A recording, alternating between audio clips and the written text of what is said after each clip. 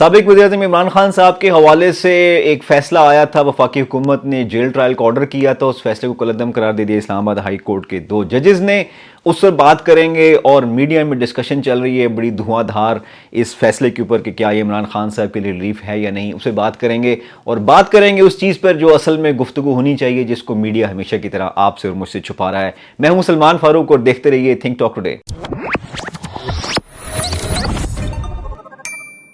عمران خان صاحب سابقہ وزیر اعظم پاکستان کا جیل ٹرائل شروع ہوتا ہے۔ وفاقی حکومت ایک نوٹیفیکیشن ایشو کرتی ہے جس کے ذریعے سے سائفر کیس میں عمران خان صاحب کا ٹرائل شروع کیا جاتا ہے۔ اب ہوتا کیا ہے؟ ہوتا یہ ہے کہ یہ نوٹیفیکیشن چیلنج ہوتا ہے آنریبل اسلام آباد ہائی کورٹ کے سامنے، جس میں سنگل بینچ کے جج صاحب کہتے ہیں کہ نوٹیفیکیشن بالکل ٹھیک ہے اور جیل میں ٹرائل ہو سکتا ہے، جبکہ یہ فیصلہ جب اپیل میں جاتا ہے تو ڈویژن بینچ میں 2 معزز جج صاحبان خاتون اور صاحب فرماتے ہیں، آنریبل ججز فرماتے ہیں کہ یہ نوٹیفیکیشن کالعدم ہے، اس لیے کہ یہ نوٹیفیکیشن قانون کے خلاف ایشو کیا گیا اور اس لیے اس کو وائڈ کر دیا۔ اس کا نتیجہ یہ ہوگا کہ اب عمران خان صاحب کا ٹرائل ہوگا سائفر کیس کے اندر، اوپن کورٹ کے اندر۔ کہتے ہیں کہ انصاف صرف ہونا نہیں چاہیے بلکہ ہوتے ہوئے نظر بھی آنا چاہیے۔ اب یعنی کہا یہ جا رہا ہے کہ جب عمران خان صاحب کا اوپن ٹرائل ہوگا تو انصاف ہوتا نظر آئے گا۔ یہ تو اوپن ٹرائل تو توشہ خانہ کیس میں بھی ہوا تھا، وہاں پر کیا انصاف ہوتا نظر آیا تھا؟ کیپٹلسٹک سسٹم کے اندر، جو کہ پاکستان میں جس طرح کے رائج ہے، ایک محکوم قوم کے اندر انصاف کی قدریں کبھی بھی موجود نہیں ہوتی ہیں، بلکہ مائٹ از رائٹ کا قانون ہوا کرتا ہے۔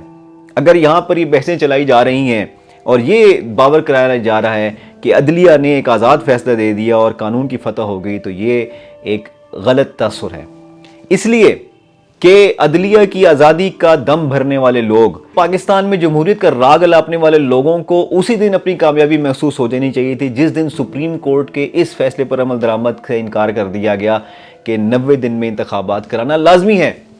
عدلیہ نے وہ فیصلہ جب ایشو کر دیا، اس فیصلے کے نتیجے میں آپ کی نام نہاد جمہوریت، جس میں آپ عوام کو 5 سال بعد ووٹ دینے کا حق دیتے ہیں اور ایک پرائم منسٹر کو الیکٹ نہیں بلکہ خود سے آلریڈی سلیکٹ کیا ہوتا ہے، عوام کو صرف ان کا انگوٹھا آپ کو چاہیے ہوتا ہے، صرف ایک ووٹ کے اوپر ان کی ایک پرچی چاہیے ہوتی ہے، ایک پروسیس چاہیے ہوتا ہے، آپ کو صرف عوام کی توثیق چاہیے ہوتی ہے دنیا کو دکھانے کے لیے، اس لیے آپ ایک الیکشن کا پروسیس چلاتے ہیں۔ اسی لیے عمران خان صاحب، جو کہ سسٹم کی طرف سے نامزد کردہ نمائندے تھے، جو کہ اسٹیبلشمنٹ کی آنکھ کا تارا تھے، اب وہ اسٹیبلشمنٹ کی آنکھ کا تارا چونکہ نہیں ہے، اس لیے ہم اندازہ لگا سکتے ہیں کہ اس کیس کے اندر پاکستان میں جو اگلی ڈیولپمنٹ ہوگی اس کیس کے اندر، وہ عمران خان صاحب کے خلاف ہوگی یا ان کے حق میں ہوگی۔ لیکن عمران خان صاحب کو سائفر کا سہارا لینے کی ضرورت کیا تھی؟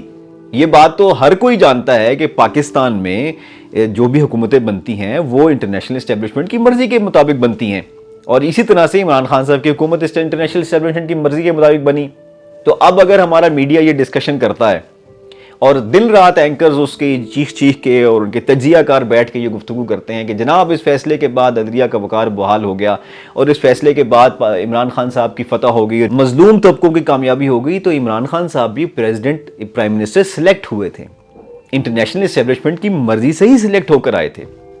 اس لیے اگر آج وہ اپنی اسٹیبلشمنٹ کے خلاف یہ تاثر دے رہے ہیں کہ ہم حقیقی آزادی کی جنگ لڑ رہے ہیں، تو اس بات میں دم اس لیے نہیں ہے کہ اس حقیقی نام نہاد حقیقی آزادی کی جنگ میں جن لوگوں کے ساتھ وہ لے کر کھڑے ہیں، یہ وہی لوگ ہیں کہ جو پاکستان میں پاور پاکٹ سکتے ہیں، یہ وہی لوگ ہیں کہ جو یا جاگیردار ہیں یا سرمایہ دار ہیں یا قبضہ گروپ اور قبضہ مافیا کے لوگ ہیں، اور اگر آپ نے اس پاور بیلنس کو اس طرح سے ڈسٹرب کیا تو پاور آپ کیا ان لوگوں کے ہاتھ میں دینا چاہیں گے کہ جو پہلے بھی آپ کے دور اقتدار میں آپ کے ساتھ موجود رہے؟ لیکن بات یہ ہے کہ میاں نواز شریف صاحب کا واپس آ جانا اس بات کی طرف اشارہ کرتا ہے کہ مسلم لیگ سے دوبارہ انٹرنیشنل اسٹیبلشمنٹ کو کوئی بڑا کام پڑ گیا ہے، اس لیے کہ مسلم لیگ نام ہے اسٹیبلشمنٹ کی ان کاموں کو کرنے کا جو اور کوئی نہیں کر سکتا، وہ کردار ادا کرنے کا جو کوئی اور ادا نہیں کر سکتا۔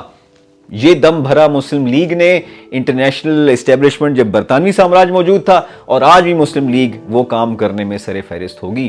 اس لیے انٹرنیشنل اسٹیبلشمنٹ کو اس وقت سوٹ کرتا ہے کہ وہ کام جو عمران خان صاحب نہیں کرنا چاہتے تھے یا کرنے سے انکاری تھے، اس کے لیے نون لیگ کو یعنی کہ مسلم لیگ کو سامنے لایا جائے اور وہ کام ان سے کروائے جائیں۔